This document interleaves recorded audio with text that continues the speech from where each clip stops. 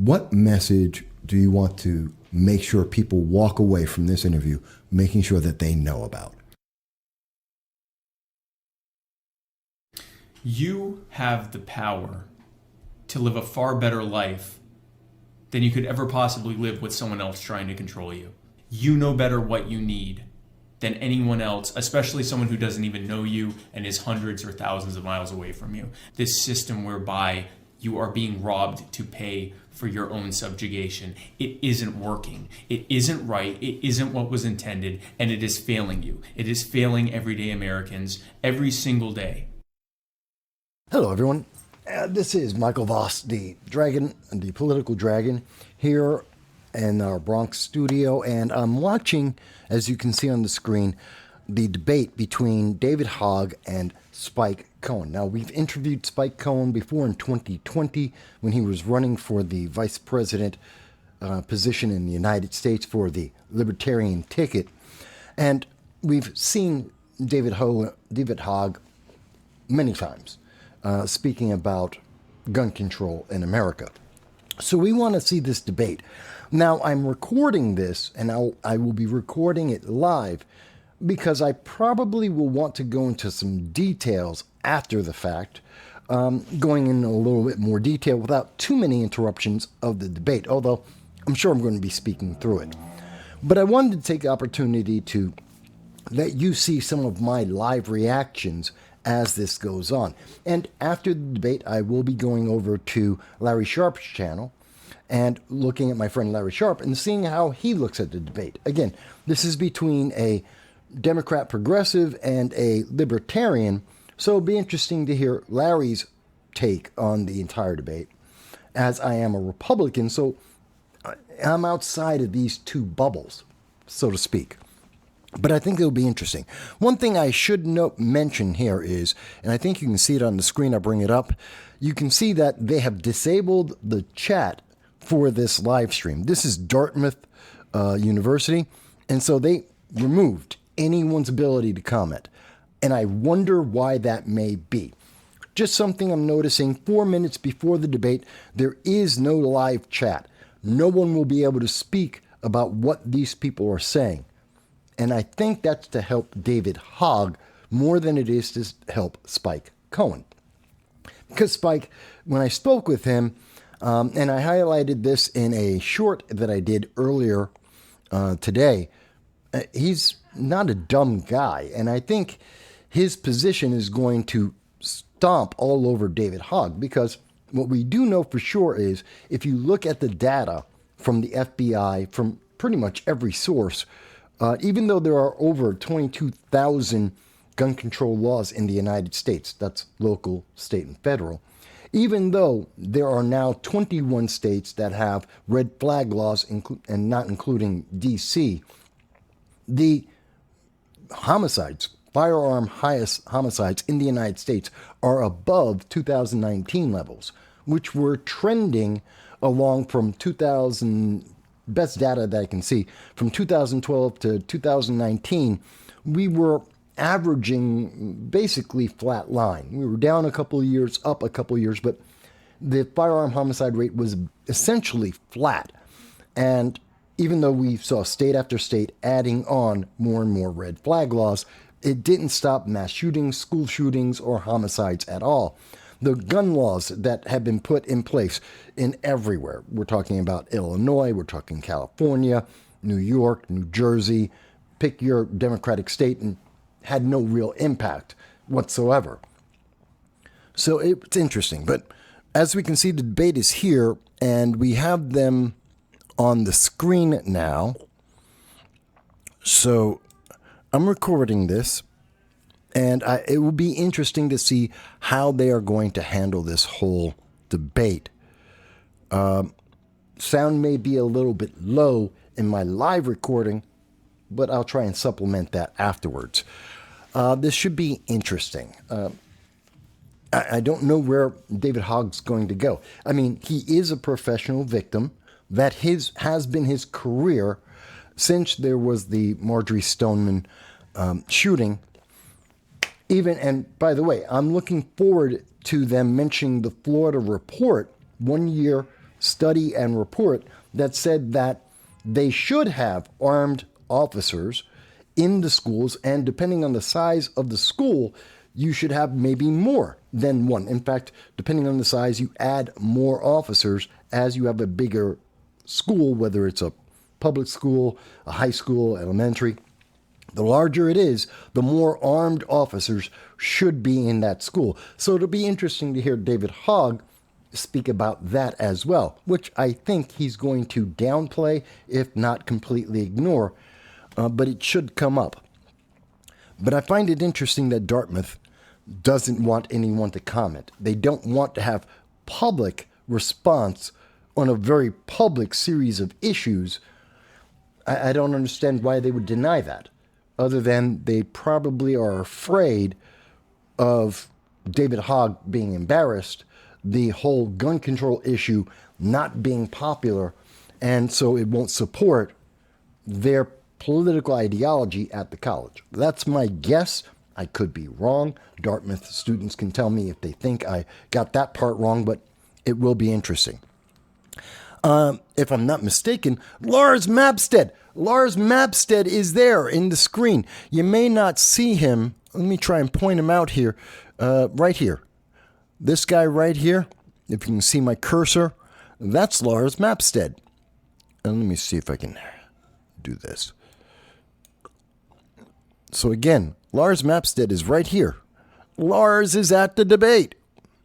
Kind of interesting. For those who are unfamiliar, Lars Mapstead is the Libertarian presidential candidate. He's trying to get the nomination from the Libertarian Party. And I have spoken with him in person. I've interviewed him. He was at the Free and Equal debate here in New York City, which we kind of covered a little bit. Wasn't a great debate with the Green Party and the Socialist Party. But, and we may be having an interview with Lars Mapstead coming up in May. And so keep an eye out for that. So this should be rather interesting. I hope that as the debate goes on, they're going to zoom in the camera. Oh, it looks like they are. Okay. Okay, so we're going to get started. Let's see how this goes. Good evening. Welcome everyone in person and online to Guns in America, an expert debate on gun control. So I just looked it up. Tuition at Dartmouth is $62,658. As always, any views expressed by our speakers are not endorsed by the Dartmouth Political Union. Tonight's debate will begin with a moderated discussion, followed by an audience question and answer period. So the Pro-2A movement seems to be much more interested in hearing conversation than does the anti-2A. From each of our debaters. David, would you like to start? Sure. I don't know if I even need 3 minutes to talk. I think most of you know where I stand on this. I would like to address one thing in general, though, which is that my view of addressing gun violence is not solely about addressing how somebody gets a gun. That's part of it, but it's only that. It is only part of it. I believe that we also need to address why somebody feels the need to kill somebody else, which I think most of us in this room actually agree on, including those. That's not been your position nationally. Why I say that is because, I'll acknowledge that no law is perfect by any means, but there still is the need to have them in a society with order. And that applies to guns as well. No right is unlimited. There's a reason why you can't scream fire in a crowded theater. You can. He's wrong. You can do that. Also means that we have to address, as I said, why somebody picks up a gun. In my case in Parkland, that looks like addressing the fact that the shooter at my high school had repeatedly, he was a 19-year-old, that had repeatedly, I'm just checking the time, that had repeatedly threatened to shoot up my high school. He was reported to local law enforcement, he was reported to the FBI, and had the police called on him over a dozen times before the shooting. Despite all of that, he was still able to legally obtain an AR-15. The AR-15 is not the problem. Shot 34 of my classmates and killed 17 of my classmates and teachers. And personally, I've grown up around... So that's a mental issue. My dad was an FBI agent. My first time shooting guns was when I was in 4th grade. So what? To some of you, but I was even in the shooting club at my college. Don't care. I understand the power behind these weapons, but I also understand that there's responsibility that comes with that in the first place. And I don't see that why there is any need why somebody who repeatedly threatens to shoot up a high school should be able to legally continue to own or even have an AR-15 in the first place. I don't believe that's an affront to anybody's civil liberties. I believe it's actually Yes, it is. all of ours to our right, to things like domestic. See, he's confusing issues here. And I think there's just a lot of nuance that has to be had in this conversation. I don't want this to be a screaming match between Spike and I know that he doesn't. It won't be. Either. As entertaining as that might be for the 12 watch parties that you've set up, apparently. What's wrong with having people watch this?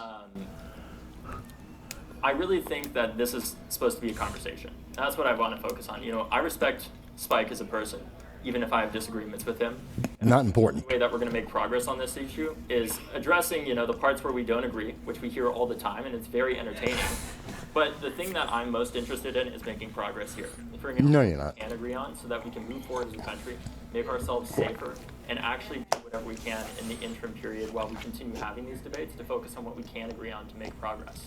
Not because it benefits one party or the other or anything like that, but because it benefits the future of this country and ensuring that nothing like Parkland ever happens again. That's why I'm here today. It's not to get in a screaming match. It's not to speak. No one assumed that. Or anything like that. I didn't even bring a piece of paper with me. You should have. To just have a conversation. You should be able to take notes as you're having a conversation.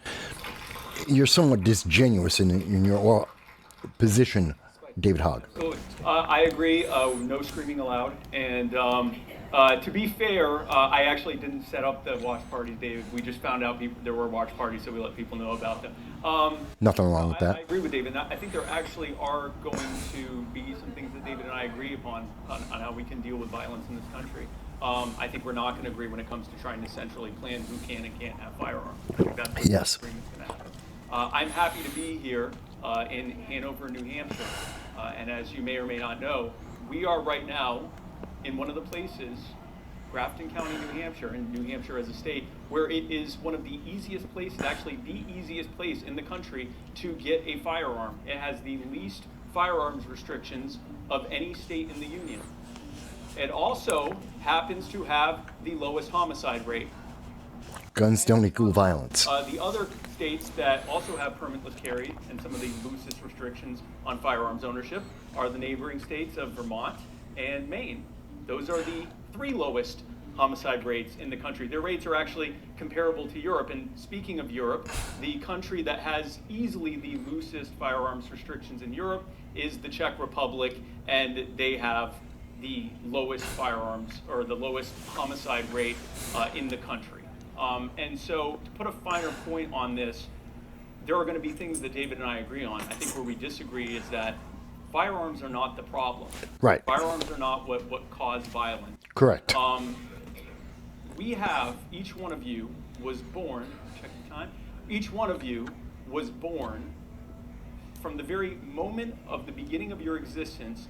You have rights that are not supposed to be infringed upon by anyone. We call them natural rights. Two of those rights are the right to defend yourself and others. Yes. And the right to own justly acquired property. You're allowed to buy things and own them. You're allowed to make things. Mm-hmm. You're allowed to have people give you things and own them. And so what that amounts to is that you have a pre-existing natural right to keep and bear arms for the defense of yourself and others. Yes. We are one of the few countries, I believe the only country, that actually affirms this pre-existing natural yes. right. He's correct. And forbids any government at any level from infringing upon it. The last thing I want to end with, and I may run out of time on this and I can expand upon it, is I hope in our discussion, instead of broadly just talking about gun violence, we break those down into what they mean. Because if you just say gun violence, you're gangs, lumping in drugs, nearly 2/3 of suicide in gun violence who are people who kill themselves. Yeah. And every single, and I know you've blows up the stats. Every single study that shows what the top reasons are for committing suicide, whether it's depression, whether it's substance abuse, psychosis, a cry for help where they didn't actually intend to kill themselves, but unfortunately they did. All of them were doing this because they felt like there was no hope. And as someone who has battled in the past with depression and anxiety, I know that feeling. And I cannot imagine a worse indignity than to lump people who said, I can't do this anymore, and who are not here to defend themselves against being lumped in with murderers. So I hope that we don't do that we don't just say gun violence, that if we're going to talk about it, we'll talk about it individually. And I went over, and so David gets 20 extra seconds on the next thing we talk about. So thank you guys for being here. He's fair. Okay. We will now move on to the moderated portion of the debate. First question. A well-regulated militia, being necessary to the security of a free state, the right of the people to keep and bear arms, shall not be infringed. Concisely describe your interpretation of the Second Amendment, including what, if any, limits on the possession of firearms are compatible with it. It's very explicit. How long do we have for this section? 2 minutes. 2 minutes. It's very So explicit. I want to address the fact that if we had the current if we had the most historically accurate, one of my final papers I read in college was on, what would the most accurate interpretation today of the Second Amendment look like? Putting aside as much as possible, obviously, my own biases, trying to look at what do the constitutional scholars say. Federalist Papers. Very clear. Cases. There's a great book called A Well-Regulated Militia that breaks down a lot of the laws that were around at the time of the founding of the country and what a well-regulated militia actually looked like. And basically the closest interpretation to what we would have today if we did have a Second Amendment that was as aligned as possible with what the founders wanted is not something I think that I would be happy with, and I also don't think it's something that Spike would be happy with. Because what it would mean is effectively every 18 to 45-year-old man, white man in particular in the United States, would be required or either provided an M16. And the federal government would be allowed to come into your house and ensure, without a warrant, that you actually have that firearm. That's not. No. Wants that to be the case. That's not an interpretation. Read the Federalist Papers. That's not what they say. I hear the comments that he says about the lower gun death rates and everything. I'd like to bring up a counter to that, which is the fact that Massachusetts actually has the highest standard of ownership in terms of how hard it is to get a gun in this country, and it has a 70% lower gun death rate than the U.S. national average. Which doesn't counter his point. It's not necessarily easy to get a gun, but personally, I don't believe it necessarily should be, because part of having a well-regulated militia, we understand in the context of what that meant, was well-trained, obviously, because they wanted to ensure that No. at the time they were worried about having standing armies for obvious reasons. No. They needed to have well-trained people to serve in the places. He's misrepresenting the Second Amendment. Interpretation, what I would like to see in the future. My dream scenario is not one where everybody has their guns taken away. It's one where we federalize Massachusetts state gun laws. And that's not necessarily going to prevent all gun violence. I'll be the first to admit that. Federalize? It can lead to a substantial reduction in it. I have more to say on the suicide aspect, but my time is up. He wants more federal control, bigger government. Important to look at what the founders said. And so let's start with the guy who wrote the Second Amendment. Whereas civil rulers may attempt to tyrannize, and as the military forces, which must be occasionally raised to defend the country, might pervert their power to the injury of their fellow citizens, the people are confirmed by this article, the Second Amendment, in their right to keep and bear their private arms. The writer of the Second Amendment was very clear. This is confirming a pre-existing individual natural right for you to keep and bear arms, and he's explicitly mentioning the fact that you should be able to do that, if necessary, to rise up against your own government. Yes. Keep in mind, this was a revolutionary government that was being created right after a violent revolution to remove the previous rulers. That is the intent of the Second Amendment. I don't Very know straightforward. any founders who indicated that they were mandating the use of firearms or No, they weren't. ownership of firearms. None. David, I'm happy to hear your thoughts on that if there was that did. I've not None. seen anything to that. It's that every person should be able to their own ability and volition, be able to be armed and trained in that, so that we have a large pool from which to draw for a militia if necessary. Yes. I want to address what David said. David is correct. Massachusetts is definitely on the lower scale of all violent crime, including that with a gun. Of the 10 lowest murder rates, Massachusetts is among them. 8 of the other states have permitless carry. So what it turns out is that this is a chart. I don't know if you guys can see this, but in this chart, I hope you all have eagle eye vision. Those at home may be able to see it. This is the number of guns per people, or rate of gun ownership by in that state, and this is the gun murder rate. So not just the murder rate, but the murder rate by gun. And what you'll notice is it looked like I dropped a bunch of sprinkles on the page. There's no correlation between gun ownership or ease of access to guns and homicide rates. Yes.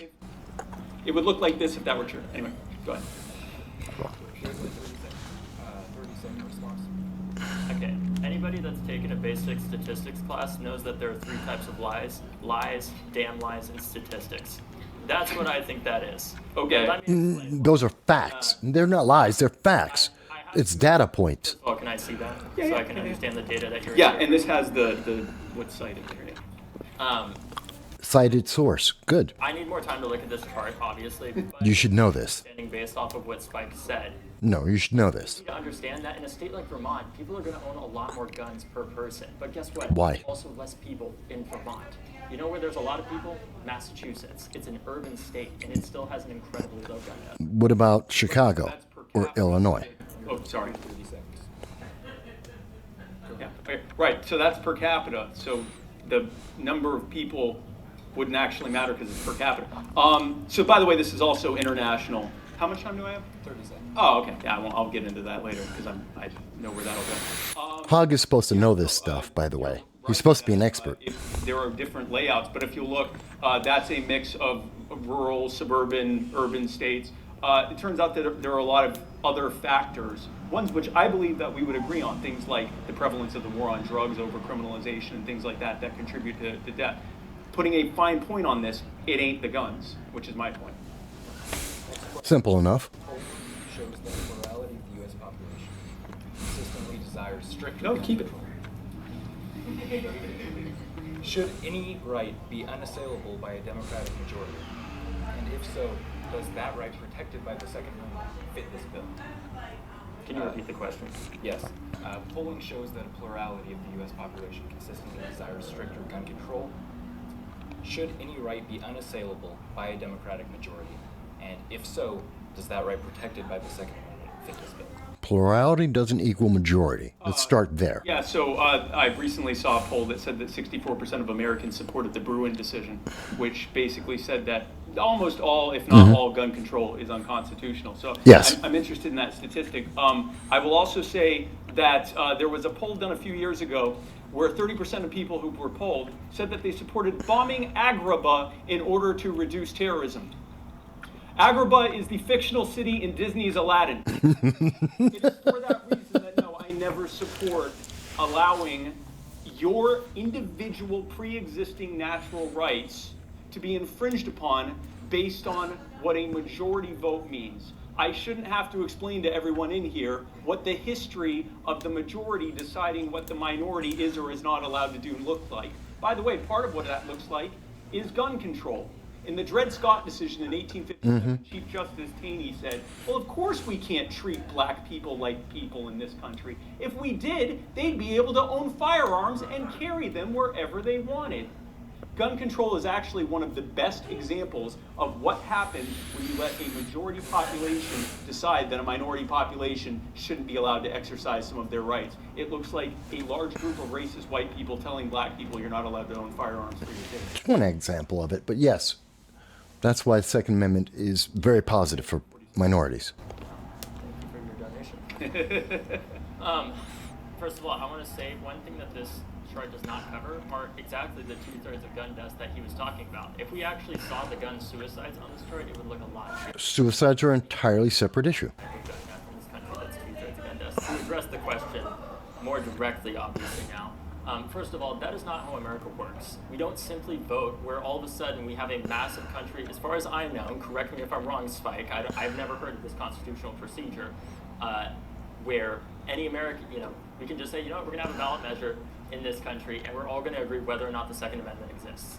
Actually, we hire our members of Congress who then present the bills based on support of the people, theoretically. Irrelevant, frankly, in some ways, because that is not how that is handled. Not to mention the fact that I wouldn't agree with that. There's a reason why we have a representative democracy in the first place. I don't disagree that we should be able to just say, because the majority of Americans don't want something, that it shouldn't be a right by any means. That is. But we've seen that justified often. Let's be clear, too, Polls you don't have justify laws. both to have a First Amendment and also not have people yelling, screaming that there's a fire in a crowded theater. With all rights, Sorry, you know, there are limitations to that. that's not correct. There is no right that is completely unlimited. That is incorrect. What I'm advocating for here is simple limitations on this. No, you're not. Not saying that nobody in this country can have guns or anything like that. That is a consequence. What I'm advocating for is a higher standard of ownership in this country, while also addressing the fact that I do think Spike and I, although I don't think we're going to end up discussing this much at the time, there are areas that we do agree, such as around the criminalization aspect, addressing poverty, addressing the systemic factors that play into driving gun violence as well, that I think are actually also very important. Poverty has nothing to do with it. And Spike, I'm going to take that 40 seconds you done. It was 40 seconds, right? 40 seconds. You got 42 seconds left. So in those 40 seconds, I'll just talk about gun suicide in particular.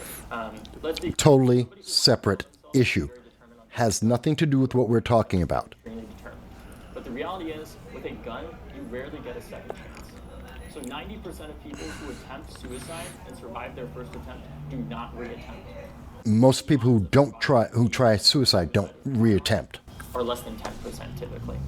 But the most common type of suicide attempt is actually drug overdoses. Most people, about 90%, survive that. With a firearm, in places like this, where Spike likes to point out, well, you know, in Vermont, they have tons of guns and a much lower gun death rate. The reality is that the suicide rate is still much higher. And if people get that, That's chance, not the because there's no same regulation, thing. Just a waiting day period, the better off you'll be. Not the same issue. Additional 10 seconds. He just. Go ahead. I donate so them now I back. get 40 seconds instead of 30 seconds. You actually can say fire in a crowded theater. I'm going to be the Libertarian. Yes. Really focus on the least important thing.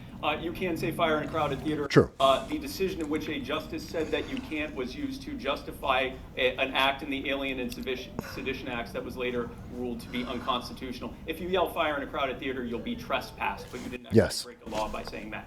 The First Amendment is every bit as inviolable as the Second Amendment. Second of all, you are correct about suicides.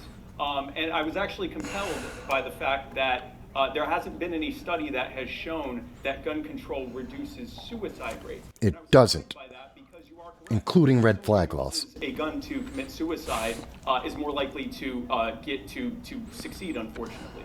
But we've seen the data. It doesn't actually. Gun control, we haven't, and I'd love to hear from David on this. There is no study. No such study. Yes. Just give him my time. I'm sorry. Yeah, sorry. Go ahead. David, your final 30-second response on this question.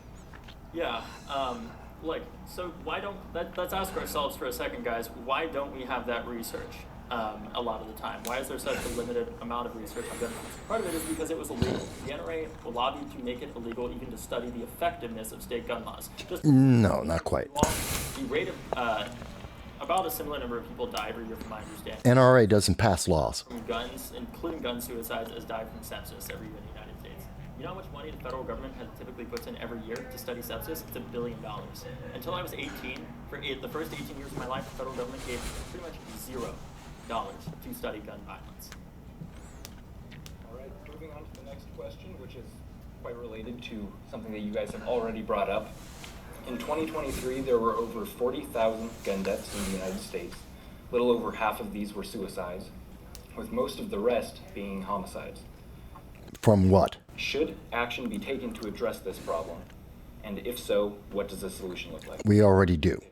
We already are taking action against it. Yes, obviously action We have laws. taken to address this problem. I think the first step is actually not even something related to gun laws. I think it is massively scaling the amount of research funding that we're putting into the CDC and NIH to study what gun laws actually are effective, not None. just gun laws, but what programs are the most effective at reducing gun violence. No. That doesn't just mean addressing laws, but Gangs, things like drugs. intervention programs that the federal government has started to invest in more, but we still don't know how effective they are because we don't have enough research. Second largest reason why guns are. What we did, what I'm talking about here, what I want to do is not some crazy thing that's, some completely new policy invention. Yes, it is. Dream scenario is just doing what we did with Obamacare, where we took It failed. that from Massachusetts, Obamacare failed, federalized it. and it failed. Same thing with Massachusetts state gun laws. That thus far So you want a bigger failed policy. and proven proven largely effective, even in an urban state like Massachusetts, where, unlike in Vermont, people actually live less than a mile from each other in Massachusetts.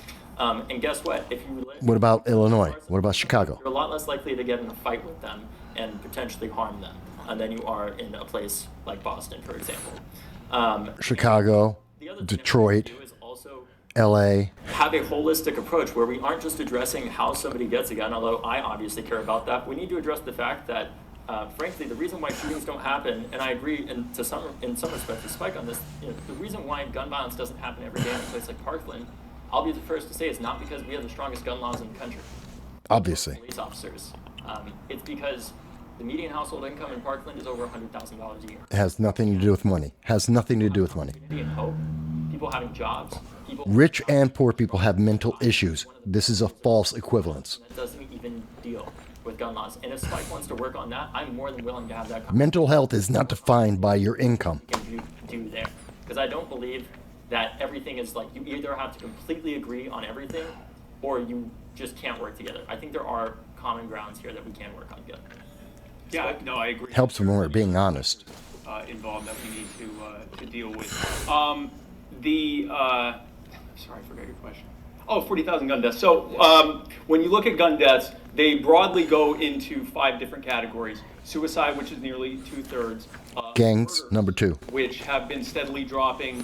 There is a multi-decade trend of the steady dropping of the murder rate over time. As there are more and more guns per people in this country. But the guns aren't related to that, but yes. About 13 million a year being added to that. Then you have justified killings, which have actually been going down as well, because when there's less crime, there's less people killing the criminals that are victimizing them. You have police shootings, which also have been going down roughly the same as the That's a very small number. less crime equals less police interactions equals less police shootings. There's also been a lot more police accountability, not nearly enough, and I think David agrees with me on that, but there has been some measures that have reduced the number of shootings. That's a very small segment. Finally, accidents, which have dropped by 90% in the last 40 years. As a result of safer, better manufacturing of guns, and also because He leaves out gangs. He leaves out gang violence, which is massive. enough, most of that has happened during the time that there are fewer and fewer In fact, right behind suicides is gang violence, the number 1 non-suicide reason for mass shootings and gun violence. The reason that the gun violence rate is going up is because after many years of going down, the suicide rate is going back up. And I think if we're looking Gangs. at gun violence as a whole and realizing that literally every other form of gun violence is dropping except for suicide, this is not a gun problem. It is a suicide problem. And Not quite, no. Suicide is increasing from all types of usage, including guns. That is what we are looking at here. All right, as a follow-up question, why does the U.S. have this problem when other developed nations do not? 1 minute response. Actually, they do have this problem. The guns. No. Hate to break it to you guys. I mean, you want to talk about graphs? Knife crime, I wish that I had my own Blunt weapons. graph of the, No. the relationship between the rate of firearm ownership and the gun. False equivalence. Even putting aside the suicides. Homicide rates, violence, Even bombings. stronger gun laws like Switzerland, which, by the way, if you want to get a gun in Switzerland, it's not this libertarian utopia where No, you it's can just not. easily get one. To be clear. No one expected it to be. Talk about that all the time. That is No. not the case. How much time do I have? 30 seconds. Oh, man. Incorrect false equivalence. It's not the guns. You have knife crime instead. You have handguns. Gun violence, they also have poverty. They also have systemic racism. They also have all these other forms of systematic injustice that I agree that we need to address. But the reality is it is far harder for what happened in Parkland to happen in Switzerland or in the UK or in almost any other highly developed country than it was. Really? Let's look at all of South America. Let's look throughout the Middle East. Let's look at Africa. Systemic racism is putting a young black man in jail for owning a gun that he wouldn't have had any trouble owning if he lived up the road in a whiter and wealthier area. Putting that aside, you said you don't have a chart. I have many charts. So there was a guy whose name escapes me. He did a study where he used data. It's called being prepared. Or UN SCAR. It's a UN organization that is looking at arms regulations. Yes. And how they relate to homicides, and it is with a pro-gun control bent that they have. And they looked at the data, and they looked at the rate of gun ownership and the rate of gun murders. And again, if this chart, I know no one sees it, but basically these dots would all do this if there was a correlation between gun murders and gun ownership rates. There aren't. Look, here's America, pretty low on the international scale of gun Yes. murders, and way over here. All the other countries are over here. We're way over here. So internationally, now you may say spike, but that's not just looking at specific countries. Well, he also did a study on the ones with the low homicide rates only, no correlation. He looked at the countries with the highest murder rates. They decided to put America here. We're down at the bottom, no correlation. Looked at the European countries, no correlation. There's no correlation between gun ownership and gun homicide. Never has been. Guns aren't inherently evil or violent. You need a whiteboard like Katie Porter. It's called being prepared, David. I think just anecdotally, the fact of the matter is, Anecdotal evidence isn't a reason. overseas in some of these more developed countries, I don't know about you, but I feel a certain sense of relief when I am over there because I know that gun violence is far less likely in general. No, you're more likely to get bombed. You're more likely to get killed by terrorists. School shootings are not happening every day in the UK or in Australia. They don't happen every day in the United States either. And it's not because they have more guns than we do. It's not because they have police officers in their schools. I could go on, but we just know that. And Spike, final 30 seconds on this question. Sure, yeah. I mean, the fact is that data proves what it does. And Yes, data is important. Anecdotes is that even if, you're a nation of 350 million people, if the homicide rate was 0.000001, there would still be dozens or hundreds, whatever that works out to, horrific stories of people being, hurt with guns. That's the reality of the things. That's why we have to look at the data, because that data. Anecdotal doesn't matter. And individual stories. I can't tell you about feelings of safety, but I feel pretty darn safe here. And this is one of the places where someone is most likely to have guns. I'm not saying guns in and of themselves make us safer. I'm saying that they don't really have an immediate say on whether we're safer or not. And by trying to centrally plan who has guns, we're taking them away largely from peaceful, law-abiding people, which means the only people left with guns are the criminals. are what the laws are, and that doesn't make us any safer. Good point. All right. Moving on to the next question. In addition to our very high rate of gun violence compared to other developed nations, the U.S. leads these nations in mass shootings and leads the entire world in school shootings. That's not true. School shootings, maybe, not mass shootings. Sir, why are these tragedies more frequent in the United States, and what should be done to protect? Because we count improperly. That's not true. I just need to address the fact that this source, and this source, if I had turned them in, I would have gotten an F in college because they're all from Wikipedia. How would you know?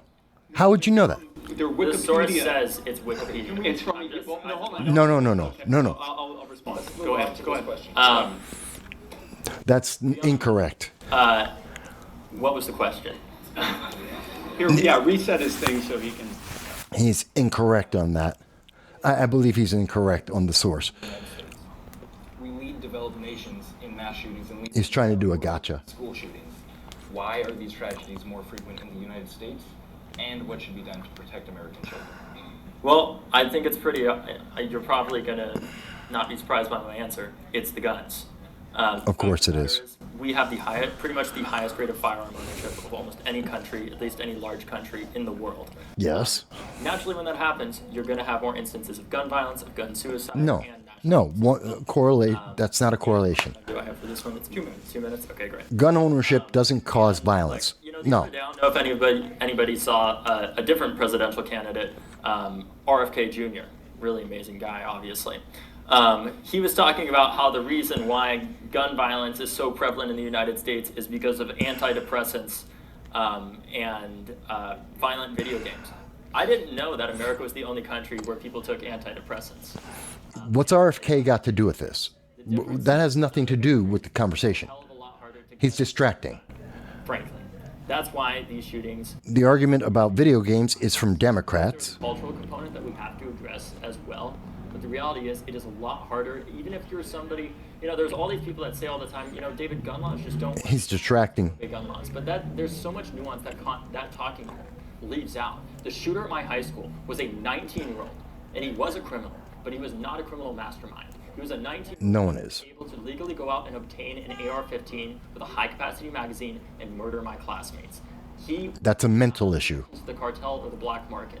It's a mental issue. Obviously, in some instances, people are still going to be able to get guns, but an instance like that, where somebody repeatedly threatened to shoot up a high school, that's a failure of government. To get an AR-15, and I don't believe that actually infringes on anybody's rights. I think it actually protects our rights. No, it doesn't. Safety. No. In the first place. You don't have a right to safety. I'm sorry, you don't have a right to safety. You don't. That's a feeling. That's his desire. That would be logistically impossible and constitutionally impossible. But that's my opinion.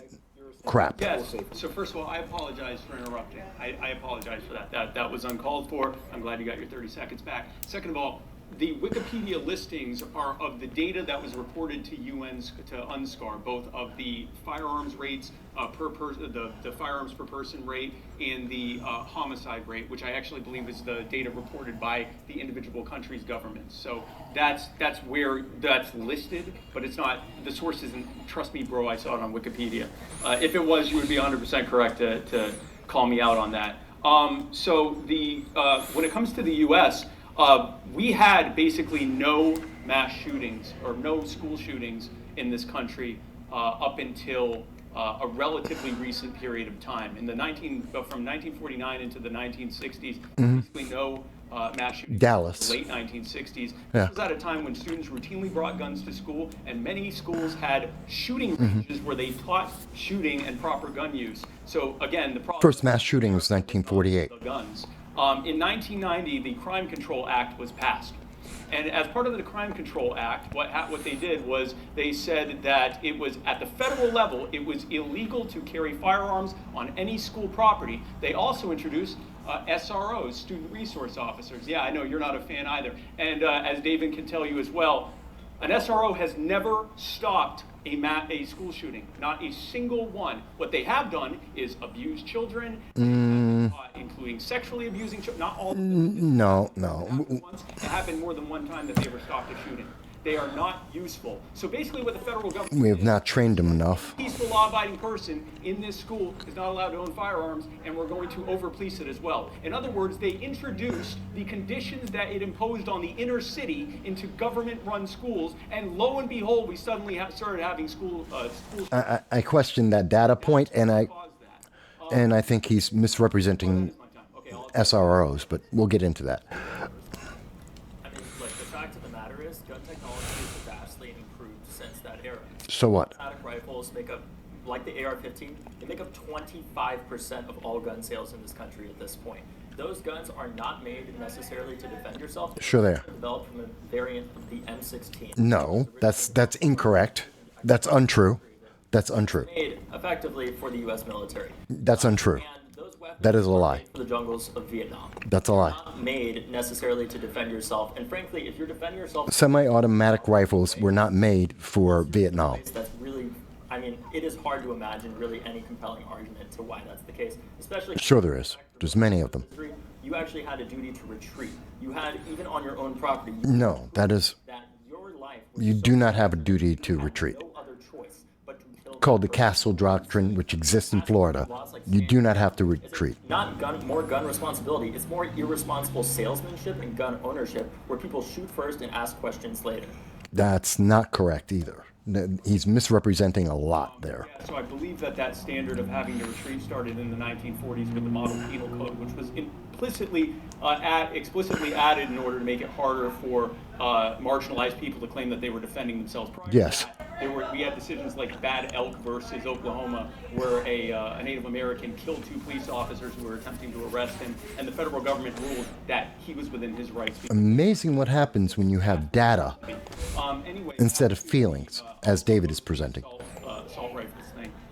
David's right. There are 25 million and counting assault-style rifles in this country.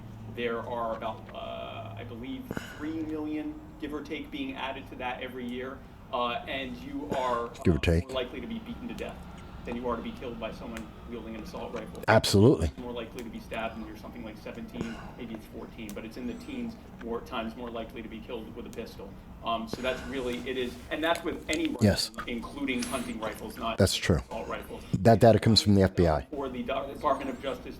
No, go ahead. No, Let him you're- have his time. Go ahead. and just that one sentence. In 2004, the Department of Justice determined in a study that the assault weapons ban had either no effect on the murder rate in the U.S. or so little effect that it could not be measured. Which is true. As a follow-up question on the topic of schools, should schools be gun-free zones? And should schools... David is pushing feelings instead of any data. How much? 2 minutes? 2 minutes. Like, you're going to notice one common theme with most of the things that, again, I have a lot of respect for Spike as a person. I just don't agree with him on the issues that we're... Because of feelings, not because of data or facts. Because there are none. Yes, a lot of what he's bringing up is going to have one common theme. It's Data? More guns. Because that is what we've done. We've created a society and a system of incentives for the gun manufacturers where they are protected from liability because they're one of the there are three industries in the United States that cannot be held civilly liable. They are the MLB, nuclear energy companies, and the firearms industry. That's not correct. That is if you What about the auto industry? and it is improperly used and it goes off and blows up. Just as an example, auto industry. I do think schools should be gun-free zones He's very exclusionary. and not prisons. I think that they should be schools and not, police states for our children. I think that there's actually a strong libertarian argument to be made that having guns in our schools endangers the future of our country because I don't believe that. effectively grooming our children to believe that they are safe nowhere in many ways, and it makes them more compelling. I don't agree. That's feeling. That they just can't be safe in the first place. And I think let's just He's making an emotional argument, teacher's question. not a data-driven one. You've ever had an argument with your teacher or professor? How would you feel if that person had a Glock 19? Why would you care? Right? How do you know they didn't? Well, good for you, sir. I don't think most of the students in this room, and I'm sure there are some that don't. How do you know if they do already? Human beings are incredibly emotional and stupid creatures, and adding guns into these situations is going to make it deadly. That's a feeling. How much training somebody has, even law enforcement officers, you cannot train out instincts from them. You can't train out the fact that, did anybody see recently at a Chipotle, somebody got their order wrong and a guy pulled out a gun on the manager? When you're adding more guns into our society, that is far more, statistically speaking. Have you ever seen any of the videos of kids going into gas stations and just destroying the gas stations? No firearms there. There's plenty of those videos on TikTok and YouTube. It's by a non-government agency. I don't want to mischaracterize what you're saying. You're going to have more instances of gun violence. That's not true. Guns don't equal violence. It's not a correlation. Yes, okay. Can you start over? Because my reaction to that was like 5 seconds. And I thought, I thought I only had 30 seconds. So the joy of that, sorry. Okay. Yes. I'm not. 2 minutes on should schools be gun-free zones or should we increase arms? Gun-free zones don't protect anyone. Actually, I'm not sure either. I don't think that the SRO model it's a terrible, terrible model. Over-policing is a bad idea. We have I disagree with him on that. probably both agree on that. We have too many cops and we have too many laws. And if there is I disagree. security in schools or especially in schools, shouldn't be there as law enforcement. In fact, the Marjorie Stoneman study says there should be. And we shouldn't be treating students as nails. So I think we agree on that. They avoided the Marjorie Stoneman United States, study. American schools were as safe from school shootings as our European peers prior to 1990 with the introduction of the Crime Control Act, where we, again, imposed the conditions of the inner city, saying if you are someone who cares about what our signs say you can and can't do, you can't have a firearm. Oh, but if you're a potential school shooter or a criminal, you need to know that you'll be the only one in here without a firearm. Except for Good the point. SROs. They're going to run away. And then if you start shooting, we're going to call the police. And they will stand outside and wait for the gunfire to stop. And then you get to decide whether you want to die in a hail of bullets or turn yourself in. If you are someone who has decided to rack up a body count of people, then that could be basically the sign might as well say, this is your oyster, come and get it. And that is what He does have a point. no gun zone looks like. That's why Yeah. 94% of all mass shootings Which is correct. happen In gun-free zones. no-gun zones. Yeah. They're saying if you are peaceful, you can't have a gun. If you aren't peaceful, you also can't have a gun, but you don't care what the laws are. I want to address liability. I got enough time for this. Yes, the PLCCA or PLCAA says that if a firearms manufacturer makes something faulty, then they should be liable for that. But Talk about if someone cars. uses their gun to do something illegal. How about car That's manufacturers? true of everything. Yeah. We didn't Airplanes. because Darrell Brooks used Thank you. Ford Escape to ram down and kill dozens of people during the Waukesha Christmas parade a few years back. Thank you. Because it wasn't Ford's fault. And it's not, it's not Colt's fault if someone uses their AR-15. Good point. Absolutely solid. I was making it myself. I mean, the fact of the matter is, I don't know about you all, but last I heard, schools in Europe are also gun-free zones. When was the last time that we heard about a school shooting there? How many times have we heard about knives and swords being used? Just saying. Again, anecdotal and emotional. That there's Not correct. I think there's actually a strong libertarian argument to be made about why these companies should be held civilly liable, which is the fact that it's an important way of the market regulating itself. If you were saying that you were only selling to the most responsible gun owners and that you care so much about that, we should create a system of incentives where the only companies that can financially exist are ones that are responsibly selling. No, because that doesn't mean the users are responsible, just like with cars. Anyone who has ever run a business would not want to be held liable for the possibility that someone might use their product illegally and Tide Pods. know that. So that's not how liability works. Liability Exactly. is you, through abuse or malicious intent, or through either neglect with your product or malignant intent with your product, caused harm with your product. Not Right. someone then uses it and commits a crime with it. Exactly. He knows the law. That's the case with the liability thing. Again, facts versus emotions. Have more shootings, including school shootings. Yes. Have stricter restrictions. You'll notice he keeps mentioning Europe, but not Latin America or parts of Southeast Asia or parts of Africa or parts of Eastern Europe, but only Yeah. Central and Western Europe. I noticed that. Other countries that have some more restrictions and more shootings.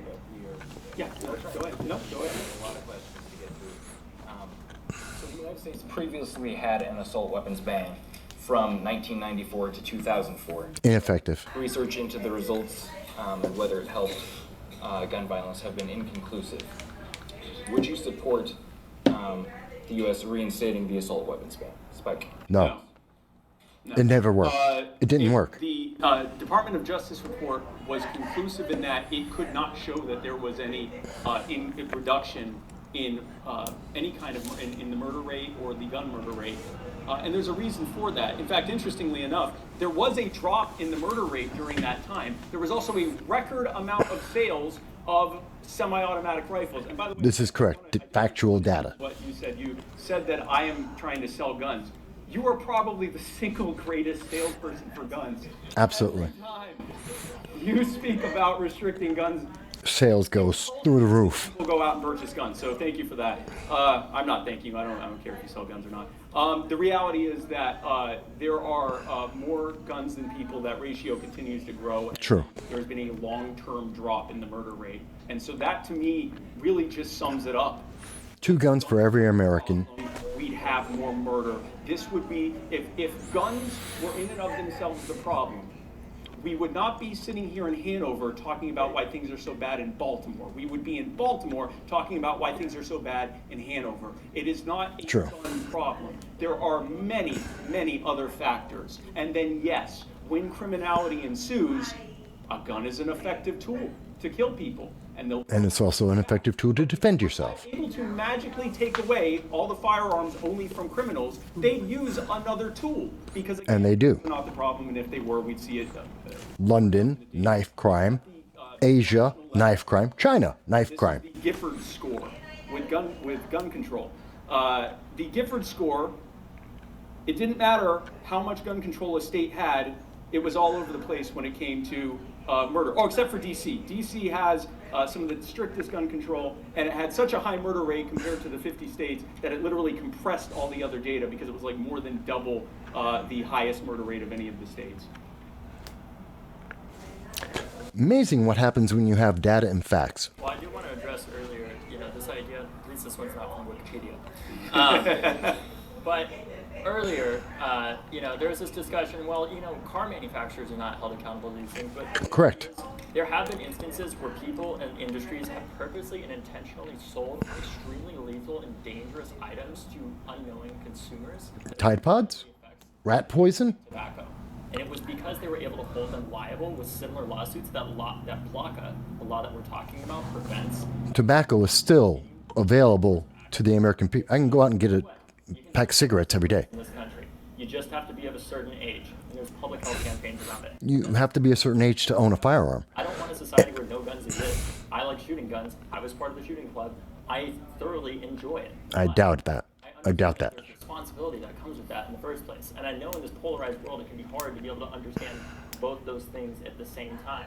I personally Now he's insulting the audience? is not stopping gun violence in the first place, because we will get to a point in our society where people start thinking the only thing we can do is take everybody's guns. And I don't want that to happen.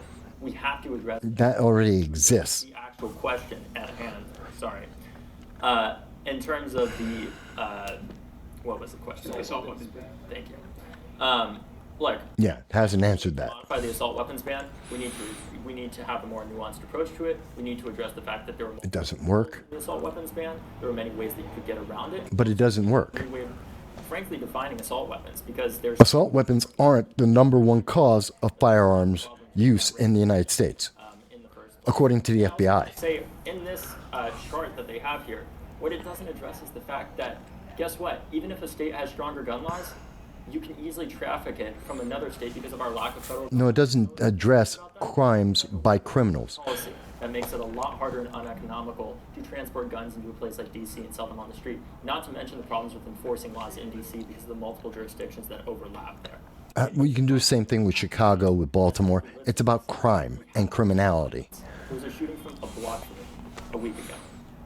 It is still a problem, and we have to address it. As a follow-up question. Sorry, it wasn't a week ago. It was like a month ago. Related to what you were saying, the assault weapons ban only restricted certain kinds of semi-automatic rifles. Was this enough, and how would you define an assault weapon? Well, I think a lot of it comes down to understanding. 2%, 2% of all mass shootings have a quote assault rifle being used as means. I think we need to understand 2%. there are different ways that you could define an assault weapon. The way that I would typically characterize it, more broadly speaking, is a semi-automatic rifle, Which is every rifle. a high-capacity magazine, somewhere in the range of, 30 rounds or more, or more than 10 rounds. More than 10 rounds? That's Okay. how I define it. And the reason why I define it that way is because what makes these guns, That's a personal. for anybody That's has personal. done before, you will understand why a rifle is far more lethal. It's easier to aim, and especially because of the high-capacity magazines, that is just not really practical with a lot of things like a handgun and the increased accuracy. You do have high capacity magazines and handguns. Or a 6-hour handgun, for example, or something like that. Handguns are the number one Not to mention that item used in crime. typically three times faster. Like a 5.56 is going to be going way faster than a 9mm round, and just in terms of the pure physics of that, it is way more damaging to human tissue. No, that's not necessarily true. That's not necessarily. It depends on the type of round you're using, but so many problems with that. Guns between different states, but that would be true of the high crime states and low crime states. So it's not. Yeah. The reason it doesn't address that is because it's addressing gun control and the murder rate, and there's no correlation between them. And if trafficking was a problem, It would be a problem everywhere. see them even closer than they are. Anyway, so when it comes to the, how long do I have? 1 minute. Good.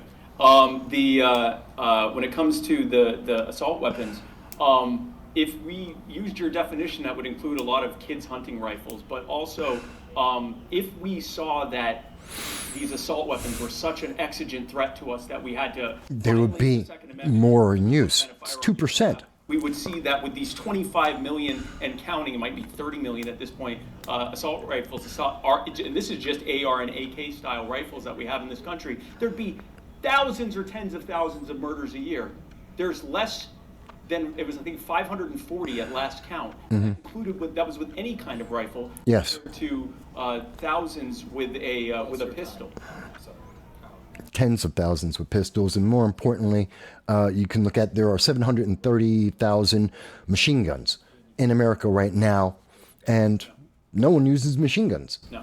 1 minute. No. Legally owned machine guns. in two recent decisions, two recent court cases, Vanderstock and the other name is escaping me, the ATF and the Attorney General of whatever state introduced it were asked to provide evidence that ghost guns, which are just the newest scary term. That's it. Fear tactic. Ghost guns are not a problem. Special back in my day, that's how old I am. Less than 1%. Show that ghost guns were tied to a higher level of crime. The ATF and that No. Attorney General both declined to do so because there isn't any evidence that they Exactly. that they're any more dangerous or. It's not a category. It's so low, so low. I want to address the tobacco liability because that is a good point that we held tobacco companies liable because they intentionally hid data showing that there were health problems with smoking tobacco, and there is no safe way to use tobacco. Neither of those are true when it comes to guns. Gun manufacturers have not hidden anything when it comes to guns. Everyone knows what guns can be used for, and guns are far more likely to be used safely or to be used to defend people than to kill people. There are millions. Obama administration study, every year of defensive gun use compared to 500,000 to 3 million safe uses of guns. lowering 15,000 murders by gun a year. 1 minute response. Defensive use of guns. Obama, First of all, the data that 2013. referring to, I imagine, when it comes to the defensive gun use, typically is chalked up from the NRA, and it No, it's from the Obama administration 2013 study. you can actually look at the specific instances. Obama. This is pretty hilarious, actually. Again, he's trying to use emotion here. That somebody, if their life is in danger, that they are able to defend themselves. But a lot of the stories that the NRA is telling us about. It's not the NRA, it's the Obama administration. So there was one of them that I saw where it was to defend somebody's property from a wild boar in Texas. I would not necessarily That's not the Obama administration. defending yourself publicly from He's not well informed, them acting like, oh, it's just all these and he's working off, he has no data to support what he's saying right now. they're able to protect themselves. But the reality is there's a lot of murkiness that the NRA intentionally puts into this. It's also self-reported. It's not The Obama administration isn't the NRA. research. Again, I'm doing research. The Obama administration in 2013. That made it illegal for the CDC and NIH to study the effectiveness of state gun laws, which has since been repealed, but I would love to see research that included what defensive gun use looks like from an independent third party. How about the United States government, which did the study and found somewhere between 300,000 and 3 million defensive gun uses? Support voluntary gun buybacks or a national registry of gun sales. Are we starting with me? I just have to say, leave it to David Hogg to say that we shouldn't be able to defend ourselves against wild boars. It's just funny. No, I know, that was terrible. No one should have laughed at that. None of my studies were from the NRA. They're from CNN, the Pew Research Center, Washington Post, Gallup, Hemingway, Azriel, and Miller. They range from between, I think the lowest one here is 900,000 a year and 4.03 million a year. Even if that's only a fraction of those are true. Can you focus on the question? Okay, fair enough. So the question again. Data. Well, they want to cut out the data. He's coming up with actual factual numbers. No, especially not the registry, but the gun buyback. Registry, absolutely not. Gun buyback, don't like it. Supports this because I've yet to I'll be right see a back. study that shows that gun buybacks, which first of all, they're not buybacks, they belong to you. The government didn't own them, and you're selling them back. Exactly. Regardless. And they don't reduce crime. Study that showed that there was any kind of reduction of any kind of violent crime at all from gun buybacks. In fact, many left-wing organizations that support gun control are saying we need to abandon these gun buybacks. They don't do anything. They're virtue signaling for police officers to say, look at all these dangerous six-shooters and hunting rifles we've taken off the street. There's been no demonstration that they work, and frankly, it's was it 1 minute? Yeah. Okay, I'm done. David, 1 minute response. Would you support voluntary buybacks or a national registry of gun sales? Yeah, like, I mean, I think if somebody doesn't want a gun in their household because it was passed down to them, like, there should be a clear set. People are unfortunately not born naturally understanding how to handle firearms properly, and I think it would be great if everybody did know how to do that, especially in a country with so many guns in the first place. But it's important to acknowledge that that is just not the case, right? And even if it was, if somebody doesn't want to have a firearm in their household because they have kids or whatever other reason, there should be a clear, straightforward way for them to remove that firearm from their house and give it back with a financial incentive from the government. Because, while I don't know about those statistics that you brought up about the murder rate, we do know that having a firearm in your household makes suicide in that house 5 times. I bet an expert doesn't know about the data. Isn't he supposed to know it? Are often accessing these firearms because they're not properly stored, because these individuals don't store them and they think, oh, I need to be able to access this in the moment where somebody is breaking into my house, when the reality is a lot of the time it's a lot more likely that a child in your house gets a hold of that gun than you. It is actually highly unlikely for a child to do that. Yes, but I also want to answer the other part of the question, which is the registration system. Yes. No, I do support it. absolutely I not. think it's common sense. And I No, it's not. enforce these laws or have any. That's a feeling. We do need to have a registration system. That's a feeling. I know that's terrifying to a lot of you. Yes. Frankly, what's a lot more scary is not addressing this problem. That's not true. Moving on to the next question, because we are running out of time. What other restrictions, if any, should be put on who may obtain or possess firearms? For example, do you support any of the following? Red flag laws and No, absolutely not. Absolutely not. convicted of domestic violence, universal background checks, an increase in the minimum age requirement for purchasing We already have universal. mandatory firearm safety We already have age limits. purchase. 2 minutes, David. I'm just looking at the things that you. Red flag laws don't work. We already have universal background checks. We already have age limits. They already exist. It's already there, and it doesn't work. Any of them. Laws. You know, so far I believe Spike doesn't. You can answer this after this, but I don't believe that you support red flag laws in any way, shape, or form. I absolutely do not. But here's the reality: there is in many instances where we do have guns that are out there.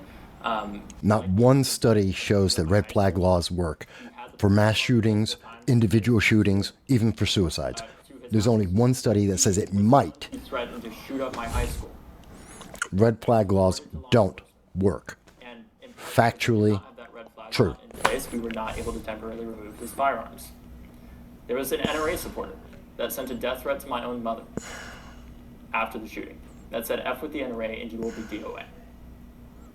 We used the That's law an in individual. Parkland, the red flag law, to disarm the man that lived 20 minutes away from us No. that threatened to kill my mother. And that same law since Parkland has been used over 12,000 times to disarm people that have been deemed by, not just by some random person or their neighbor, but by a court with a right to counsel and due process. No. That is absolutely incorrect. That is not what the red flag laws say or do. He is lying to the American people. That is incorrect. There is no due process until after you are punished. There is no.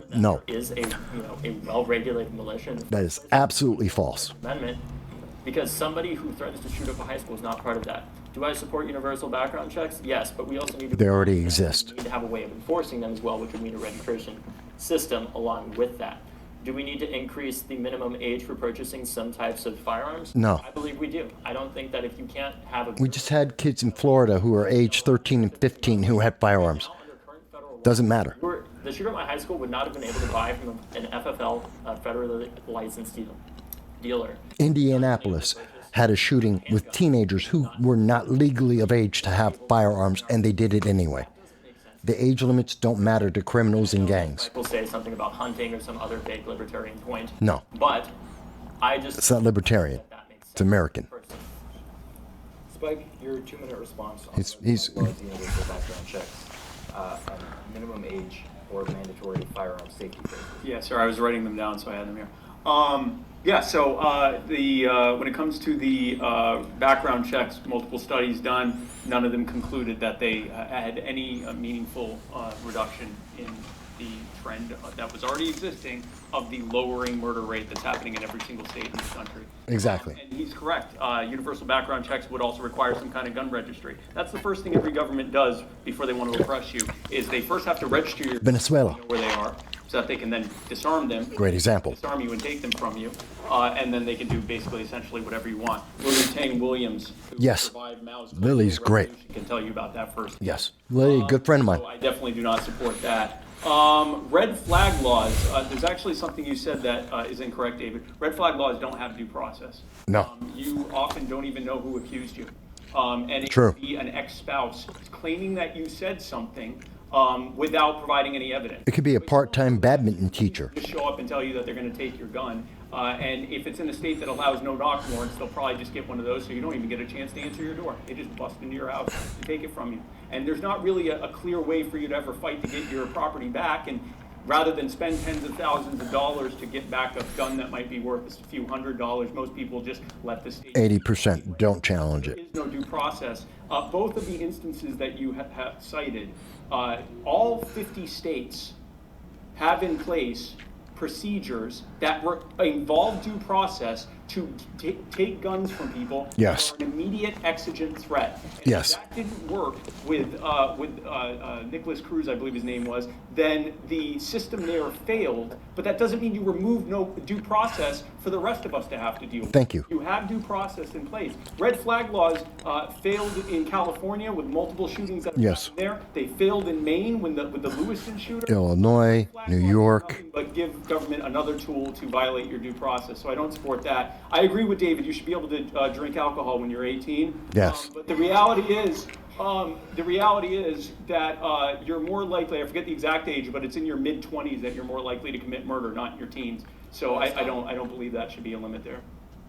David, a 30-second response. Well, I mean, you're setting a dangerous precedent if we want to talk about instances where certain laws have failed, because in that case, I can talk about every murder that's happened in the United States in states with permitless carry. Let's talk about that. Well, all gun control. Fallacy. Is any law Let's talk. perfect? No, by no means. I will be the first to admit no law is perfect, but there's a reason we still have laws in the first place, right? What I'm advocating for Let's focus on the criminals then. states, there's differences with each of them with how they pass these red flag laws. No, there isn't. They're all essentially the same. You're referring to in particular that have those egregious violations, other than California that at least you mentioned. But in Florida's case, those laws were passed by a very Republican state legislature. And guess who uses them most? Who are afraid. Sheriffs. It's Republican sheriffs. It's the Republican sheriffs. Republican sheriffs, by and large, reject red flag laws. Police and everything? No.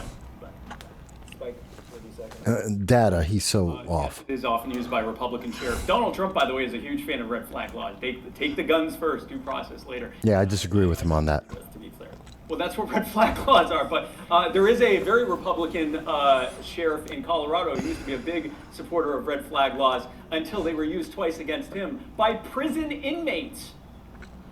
Yeah. They said that they lived with him at his jail. Now he's no longer a supporter of red flag laws. Yeah. The abuse of red flag laws is insane. School shootings and the victims of suicide often suffer from severe mental health issues. To what extent is gun violence a mental health problem? It isn't. 2 minutes. It is increasingly the problem. If we're calling gun Causation, gun violence not reaction. suicide, murder, justified killings, police shootings, and accidents. Gangs. He's leaving out gangs The only one that's increasing is suicide. and gangs. So this is a mental health. He's leaving out a key factor. And if that trend continues, where everything else drops and suicide continues, you're going to reach a point where 90% of it is suicides. This is a suicide problem. And I poured through the data because I will admit I'm not an expert on the conditions that create leading people to want to kill themselves. I can tell you about my personal struggles with mental health, especially when I was around a lot of your age in my early 20s and mid 20s. But I don't know, broadly speaking, what they are. And I poured over the data, and even for groups that were trying to tie suicide to guns, none of them said that that was a reason that anyone was killing themselves. Hopelessness, depression, economic conditions, terminal illnesses. It wasn't because his gun existed in the house. Kill themselves, psychosis, substance abuse was a huge one. Those are the reasons people kill themselves. Not because they own a gun. We need to talk about that. And if we do that, we'll also be actually reducing the gun violence rate with something that actually addresses the problem and actually solves it. And Root problems. to do with guns. And he can have my 30 seconds. He needs your 30 seconds because he's talking about feelings and impressions, not facts, not reality, not data. Like, we hear this characterization all the time, especially after mass shootings. Typically, We hear it all the time before them. it's gone and committed some horrible atrocity.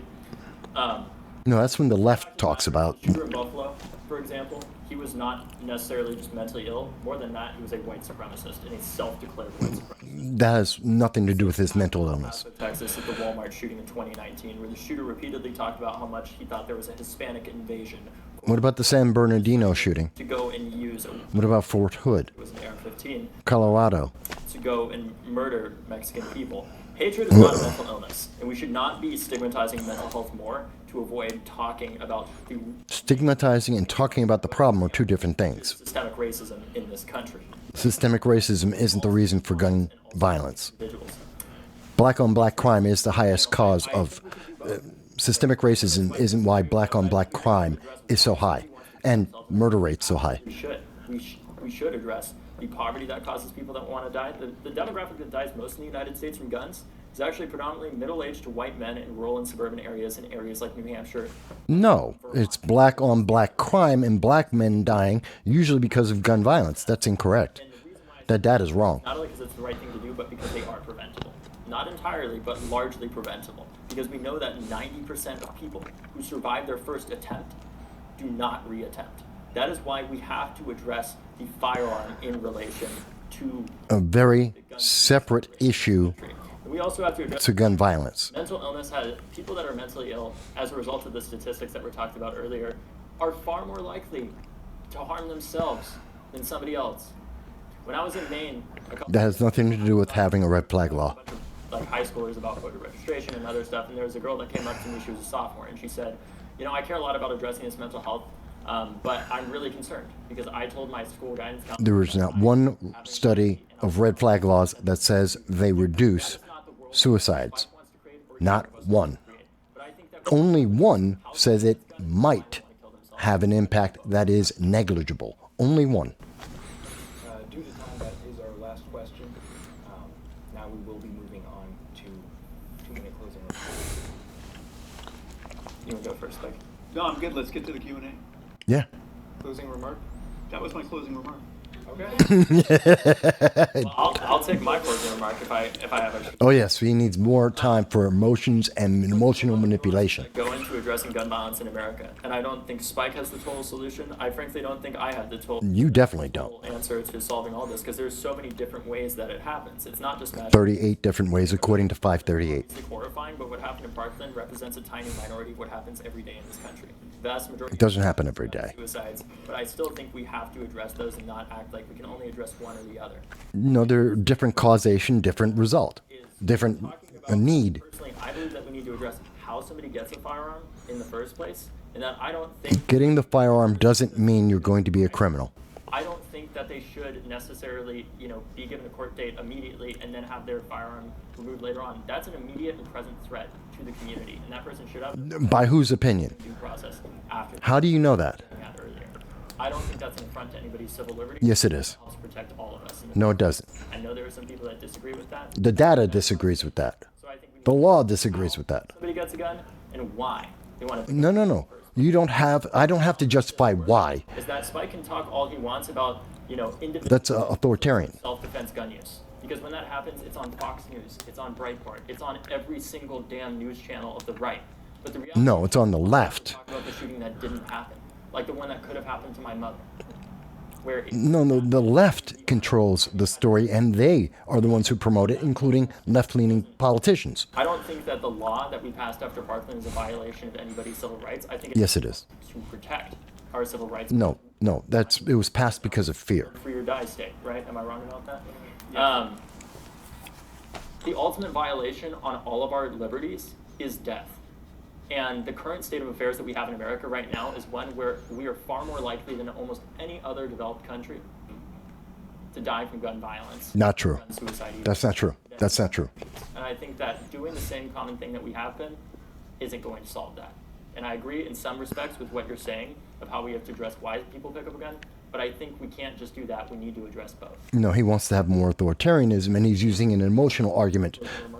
I think the only thing I will say, since I'm taking back part of my 2 minutes, I want to be clear that when Nicholas Cruz was threatening to shoot up the school prior to the actual shooting or any instance like that, he should have been charged for that. That's actually a crime. That was yeah. what I meant when I said it's a failure of the justice system. When that threat was made against your mother or anything like that, those are crimes being committed. Threats of violence, yes. Because of a crime being committed, and say you have committed the crime of threatening someone, and so not only are we taking your guns, we're taking your freedom by holding you and now putting you through due process, right? What a red flag law does is it says Is correct. take your guns based on Accusation equals guilt. something You're accused. with little to no evidence. We're not going to let you know what happened until after the fact. You have no ability to prove your innocence. In fact, no one's trying to prove your Nope, no one in that room. innocence. We just want to know if there was a claim so we can take your guns from you. Yes. Against red flag laws. But no, absolutely. The person who made that threat, that was disgusting, and they should be not just lose their gun, but be punished for it. So I agree Yes. 100% on that. I want to make that clear. And other than that, no, I have nothing left to say, and let's get to Q&A. Excellent. Well, now we will turn to audience Q&A. We only have about 15 minutes, a little bit less, for the Q&A. I wish I could be asking questions right now. So, David Hogg didn't bring any data, so he has an out. So it is an excuse about why he doesn't know anything, even though he's an expert. Thank you so much for being here. I have a question for you, Spike. So Supposedly. David mentioned this early on in the debate about the importance of understanding basic principles of statistics. Looking at most of the studies you pointed to, you seem to argue that because certain locations with strict gun control legislation have high levels of gun violence and vice versa, like with DC versus Vermont, there is no correlation between gun control and gun deaths. However, we know that two variables can have causation without correlation because there are variables. Who wrote this question for her? How can you empirically prove there is not a causal relationship here?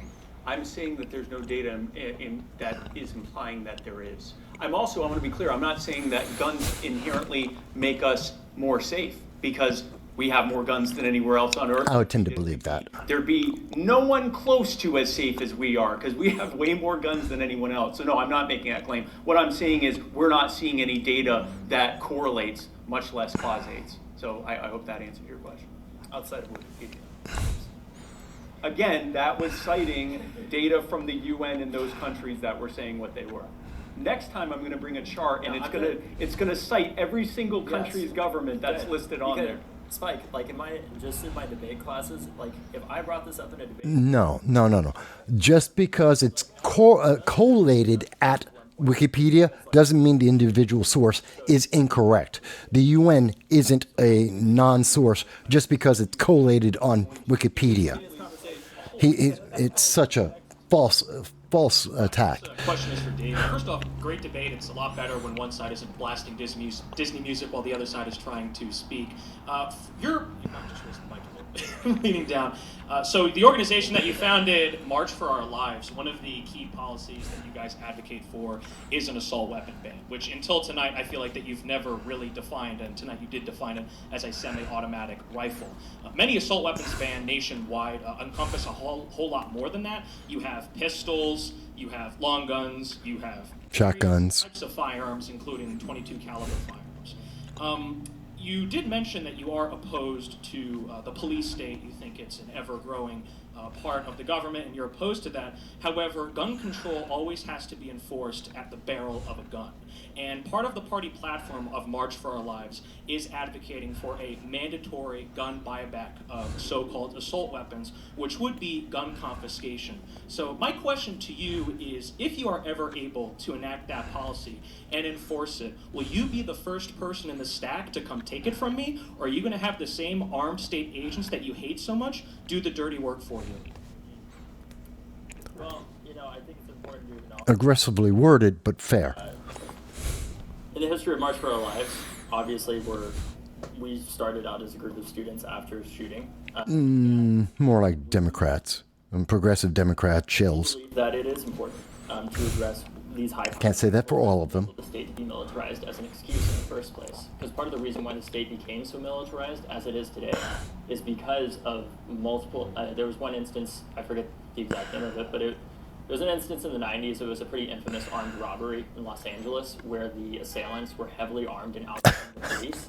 Yes, Enabled the police to I know about that. to arm themselves even more. Well, no. Surplus in the first place. So I think part of that conversation is about de-escalating the arms race that we're in, and I think a parallel to that is ensuring that state law enforcement agencies, if a policy like that ever was passed, which to be clear, with the current courts, I think you and I both know is not going to happen, even if we wanted it to, and also just logistically speaking, it would be very hard to implement and enforce. It's not people going to your door and saying, you have to give us your guns. Red flag laws do that. Possible, right? That is possible. Red flag laws do that. Today. I think what we're advocating for is an race reduction. I don't agree with his wording of that or its implication. Not a good one. Because when people talk all the time about the need for guns to fight over tyrannical government, here's my question to you. How do you define a tyrannical government? Is it the one that we had on January 6th? That wasn't a overthrow of the government. I'm just stating that as a hypothetical. Sorry. But that's part of the danger. No, that isn't. The founders were talking about That wasn't an insurrection. a Again, no one's been tried with insurrection. That's not an insurrection. there was a balancing act between stopping Tyrannical government? China, North Korea, Venezuela. on either of those things. And I think right now, well, what do you mean? What do you mean? That's why we had the second gun in the first place. What I'm talking about is specifically addressing the fact that we can't have mob rule in our society by force. That would be majority votes. That's mob rule. With that, that's my main answer to that. His argument doesn't make sense. Totally, I totally understand. I think we need to move on. Okay, no, that's fine, that's fine. Running out of time. Yeah. But Hey, so my question is for both speakers, but I'll address it to you, Spike. But before that, I just want you to know, David, that if you want an edit to stick, yes, anybody can edit Wikipedia, but if you want it to stick, it's a bureaucratic nightmare. It's a slog. It's not easy. Still not a good defense, It's not easy. but yeah. But my question for both of you is, have you seriously thought of or considered, and can you elaborate and tell me and the rest of the audience if there is any evidence, and I'm only asking hypothetical, I'm not saying like here it is, but is there any evidence that you've thought of if it was presented to you that it would change your mind? Not entirely, I'm not saying No. like 180. I mean, I've heard a lot of the arguments, for you, Spike, is there especially about red flag laws. No. National Registry. No. To your satisfaction that carrying a gun would make you less safe and you would be more in danger for owning a gun or carrying a gun, would that change your mind a little bit? If I thought that my owning and carrying a gun made me less safe, I wouldn't do it. Yeah, no, absolutely, 100%. That wouldn't change my belief that other people have a right Exactly. for themselves. But if My choice. if I Individuals. or came to believe that If individuals have that right, and half of America has made that choice, the other half have 2.5 guns each. What's the problem? The question being, is there any evidence that you've thought of, not specific, I'm talking about hypothetical, that, but not unreasonable, that you could be shown or that you would come to believe is true to change your mind, not 180 degrees from your position right now, but slightly? What would that look like? What would it be?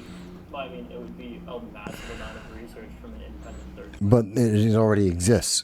David, you didn't read it. People are not going to say it's independent, but I David, there's lots of data. He's been providing you data. control over the CDC, right? Like The data's been presented. people that are gathered The Obama administration did in 2013. You're just not looking at the data. the NRA, or whether it's people with certain ideological, allegiances on the left or the right, and we need more empirical data to show what the actual impact is. And But the empirical data does exist. conversations with at least the most extreme of them, I don't Every study on red flag laws except one. the most extreme of them that I, will say terrible things to me online on Twitter, and they'll call me awful things, and I say, look, is there anything that I can say to you that would change your mind, any amount of statistics or stories or anything like that? He doesn't have any statistics. He doesn't offer that. Here to debate you. But in my case, I'm open to hear what No, you're not. I genuinely want. The reason I am here today is because I want the best solution possible. No, you don't. You want to push your emotional agenda Me talking to the same people, and make money. and even if we have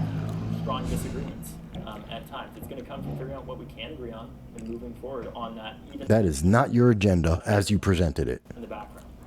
That is not your agenda. Yes, I'm open to hearing more information, I doubt that. and if it's compelling, changing my position on it. I doubt that because you have been presented compelling information and you said it just doesn't count. You don't like it. You don't agree with it. The best solution. I'd like to openly lament the fact that this wasn't a 4-hour debate, which would have given David and I time to talk about, I think, a lot of things we probably do agree on when it comes to the war on drugs and the police state and a lot of things like that. Totally separate issues, though. I think. Well, mostly separate. My name is Lily Tang Williams. Hello, Lily.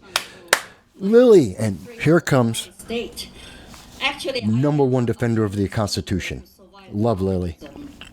And under Mao, 40 million people were starving to death after he sold the communism to them, and 20 million people died, murdered during his Cultural Revolution. So my question to you, David, is that can you guarantee me, a gun owner tonight, our government in the U.S., in D.C., will never become a tyrannical government? Can you guarantee that to me? There's no way I can ever guarantee that. Then there's no reason why I should give up Second Amendment. Gun control is over because I will never give up my guns. Never. And you should go to China to see how gun control works for dictatorship of CCP. Don't take away the microphone from her. Can I respond to you? I am extremely sorry that you've gone through that and witnessed that. Well, screw your sorry. The culture, for one, the Cultural Revolution are horrific things that never should have happened, ever. And I would do everything in my power to stop that from ever happening. No, you would not. in America. I'm not advocating for you having your gun taken away. Yes, you are. Yes, you are. I know it may be hard for you to believe that. Very. I'm not advocating for any law-abiding, citizen. Yes, you are. Red flag laws do exactly what you said. What I believe is that the real danger that we have in America right now is all of these people that increasingly believe that elections are not real, that are denying the results of them, being heavily armed, and repeatedly saying that they need to overthrow a government because they've been fed lies and misinformation. That is really what I fear. No. The tyrannical government. I also fear the fact that in some ways we've had multiple violations of our rights, not, Yes, called red flag laws. excluding everything in this conversation, just going to the Fourth Amendment in the Patriot Act or the FISA Act, the Okay. Intelligence and Surveillance. But that has nothing to do with guns, per se. Violations of our civil rights and liberties that personally I view right now are a far greater threat to our freedom than red flag laws. I don't agree. And we I think they're equal. because it's enabled the mass surveillance of the American people that is illegal and a disgusting violation of our civil rights and our civil liberties as well. I never want to have what happened in China happen in the United States. I don't believe you. And I am truly sorry that you ever had to witness that and go through that. Don't be sorry. Learn. But personally, what I believe is that Your sorry doesn't matter. laws like Massachusetts is not going to enable that government to come to power. What Yes, it will. is things like the Patriot Act and FISA And not having a means to redress the government. it's necessarily just, it's going to be gun control though. Because we have 450 million guns in this country right now. And At if least. we had We have more. incredibly powerful government, it is hard for me to imagine the same state that couldn't fix Afghanistan, that spent trillions of dollars there, that it could ever take 450 million guns. I don't know if you guys can work it. It doesn't happen over time, but yeah. It really couldn't though, right? We could talk about the theoreticals all day here of the danger of somebody doing that, but I think the practicality is these school shootings and gun violence continue happening, and we need to do as much as we can to prevent that. And I think The cause able to own an AR-15 despite is not an AR-15, which is only 2% of all mass shootings. Sorry, we need to move on to the next. It's so wrong. He's using the emotional argument. Thank you. No, I agree. It's important to not Who wrote this for him? theoreticals, but actual data, and also to understand. Notice the leftists always have someone read their questions. They don't have a question, The point that I wanted to ask one of you, which makes me believe that someone gave them the question. and I'll make this really quick. So on September 29th and the 30th, 1941, 33,771 Jews were massacred during a 2-day period, so less than 48 hours, in what's been termed the Baba Yar massacre outside Kiev, Ukraine. And the question is, how we've talked about, I've heard a lot about mass shootings, to consider how do we even define that, but No one's discussed that. That's crazy. Scale shootings, how should that factor in any policy making in the overall discussion?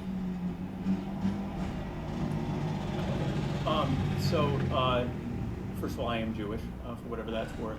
Who cares? For the Nazi regime to carry out its crimes, there's actually something that many people, my friends on the right, will say they'll say first, Hitler disarmed everyone. That's actually not true. The Weimar Republic disarmed everyone. Weimar, but yes. A liberal government that disarmed everyone. Yeah. For their safety. That allowed a right-wing authoritarian to come in. No, the Nazis are left-wing. Great, I can oppress who. They're left-wing authoritarians. Get it right. Jews, Get it right. The Roma and the homosexuals.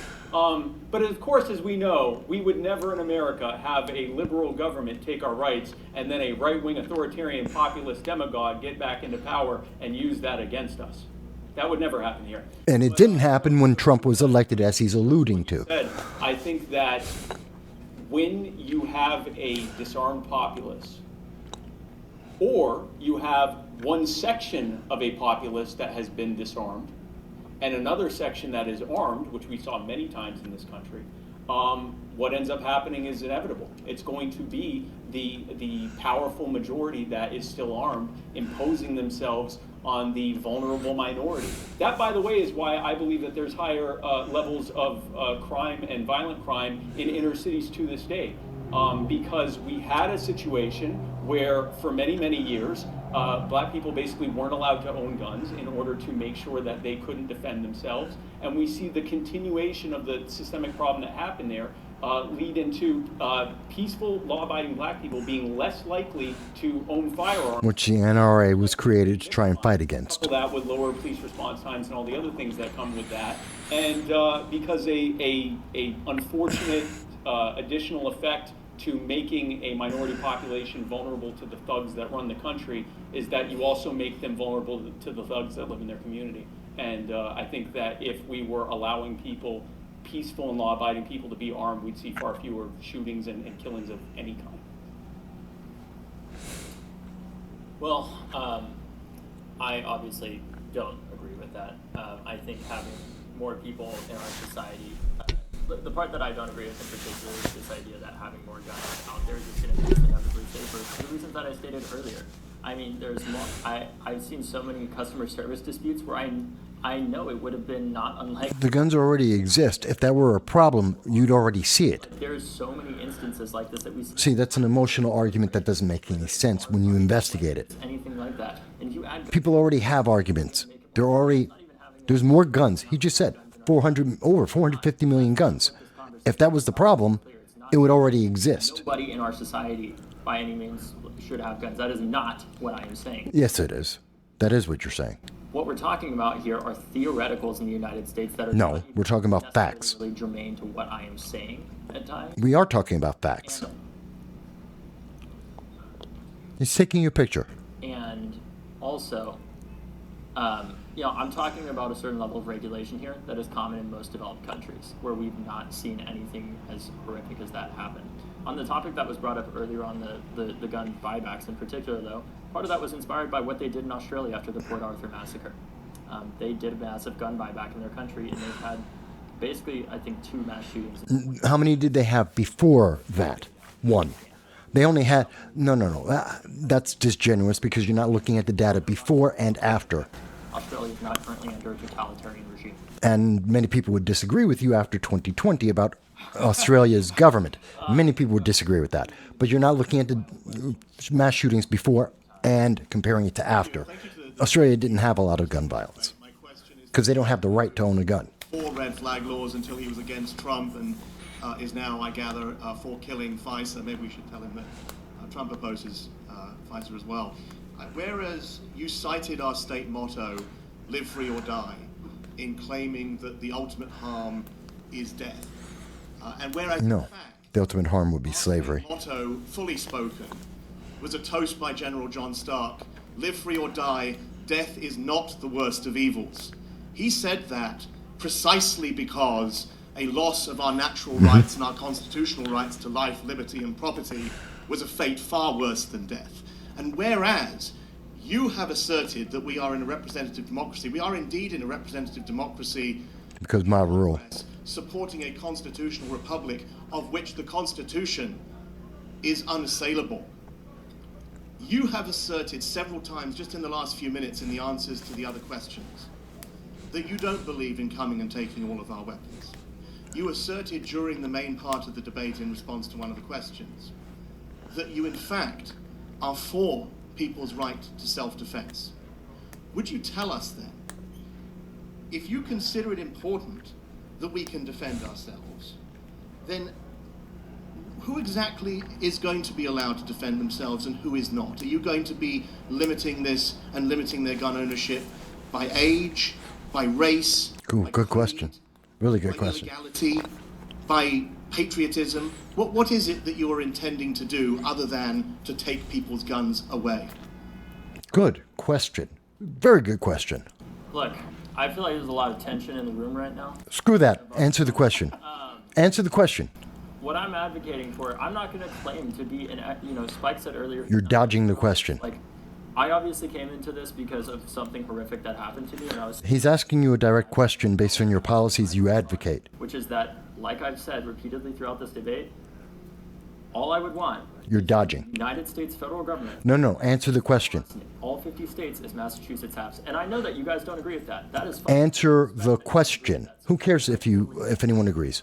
Answer the question. Please, come on. I can totally respect that you don't agree with that. Answer the question. I would hope that we can have a respectful conversation. We are. About this. We are. I think Answer the question. The point that I'm getting at is that's just what I want, right? And there, of course, you obviously do not agree with that, and that is okay. That doesn't matter. Answer his question. I think that for me to have a longer conversation with you about that, Answer the question. different viewpoints are and everything, Answer the question. could happen, but it's not one where Who gets to own guns? 2 hours debating the rules, It is real simple. Who gets to own the guns? laws, and other things like that. Answer the question. I would like to kind of, because I think this is probably the last question. Answer the question. Honest, like, look, I'm not. I feel like there's this sense that has been created since Parkland that I'm some kind of totalitarian that wants to. No. No, that you're ignorant and you're after power and money. But I'm just a guy that doesn't want what happened in Parkland to happen again. Do I have all the answers to that? No, I'm not going to act like I do. Have I been wrong in the past? I definitely have. I'm sure yes. will admit that he's been wrong in the past. Lots of people have. You didn't answer the question.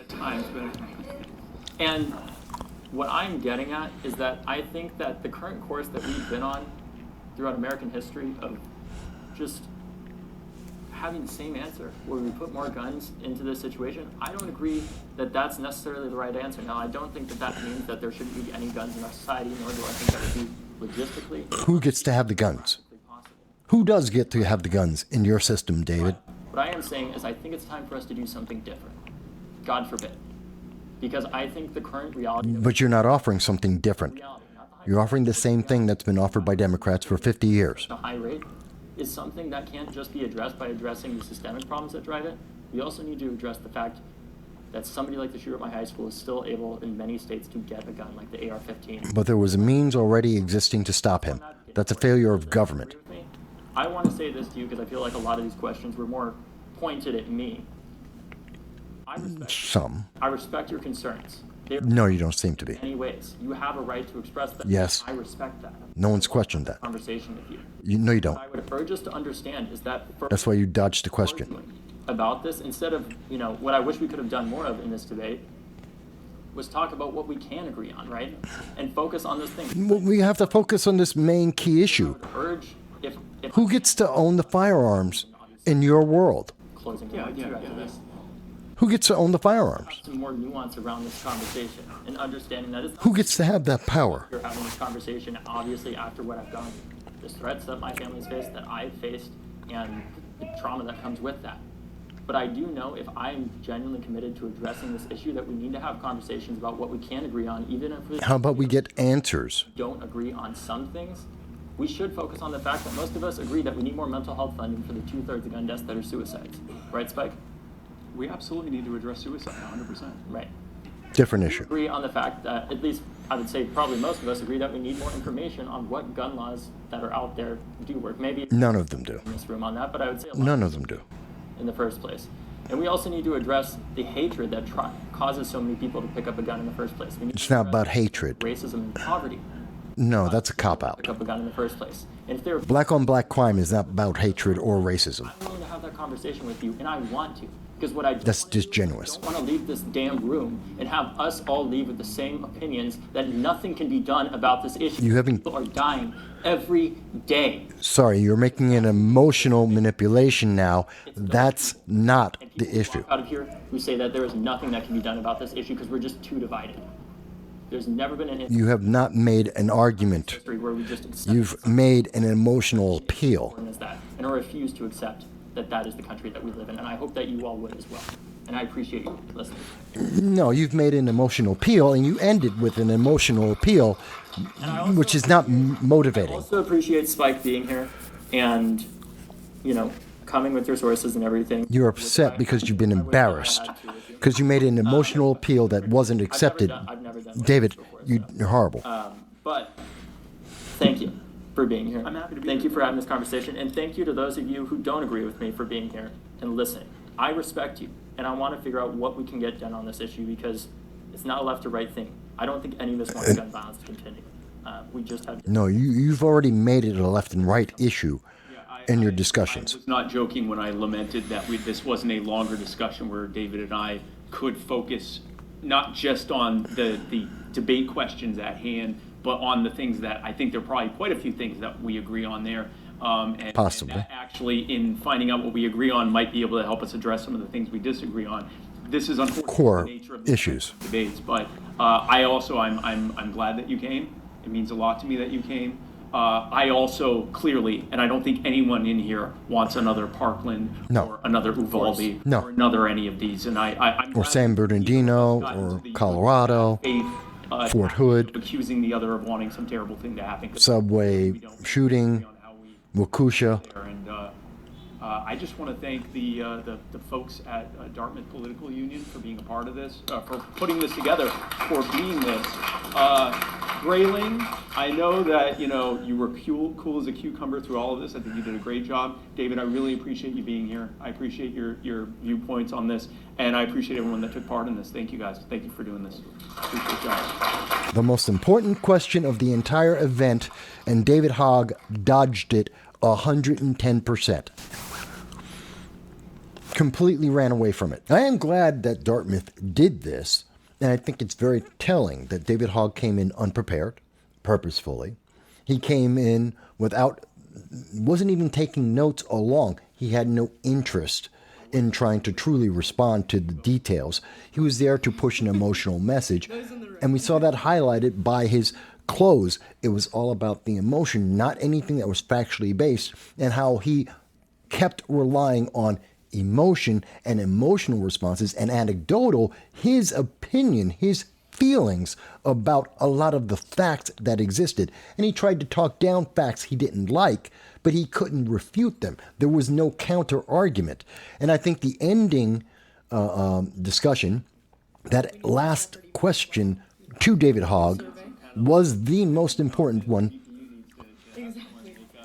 I think that was the most clear-cut key point.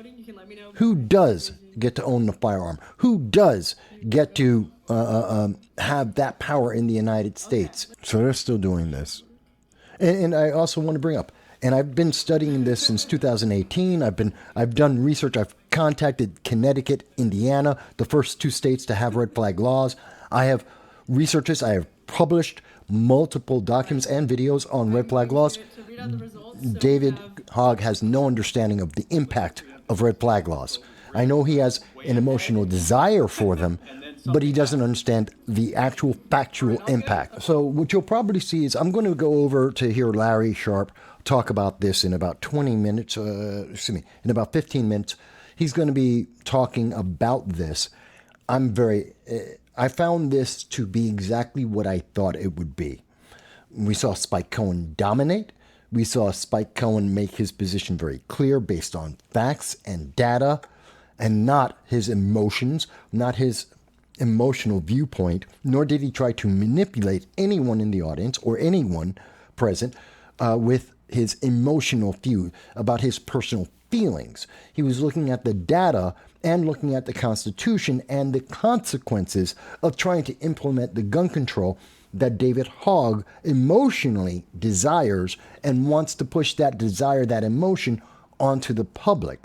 And that's, I think, very indicative. That's what I expected. That's what I published earlier. And that's what I think is what we saw now. I was going to go over this individually, but I think my responses are pretty much going to be the same whether I go into it or not. I have covered for 18 years First Amendment, Second Amendment. I have spoken at colleges about this. I have spoken since 2018. I have had several dozen videos about red flag laws and their consequences and what they have done in each state and the unintended consequences, which weren't addressed here. And I've talked about all of that. I advise people, you may want to look at that information. I have looked every year at the data that comes from New York State, California, many states, and the FBI about gun violence, and not just the causation, but also the consequence of that. And I do advise people to check that out as well. David Hogg lost, and the advocates against the anti-Second Amendment movement lost. They were embarrassed tonight, I believe. But I look forward to hearing what you have to say about it. I look forward to seeing your answers about this. Thank you, everyone. Now I'm over to Larry Sharp. No Soundbites Allowed is a podcast hosted by Michael Vass. The podcast focuses on providing in-depth discussions on various political and social issues. As the title suggests, the aim is to go beyond quick sound bites and explore topics in greater detail. Michael Vass, the host, engages with guests to analyze and discuss current events, policies, and political ideologies. The live stream and videos cover a wide range of subjects, including politics, economics, social issues, and more. By delving into longer, more comprehensive conversations, No Soundbites Allowed aims to provide listeners with a deeper understanding of the complexities surrounding contemporary issues. AI is listening. Shouldn't you know what AI knows? Aren't you tired of being treated like a child by major media parrots and want to be respected as an adult? There is nothing to lose and a lot to potentially gain, so check out No Soundbites Allowed on all major social media platforms.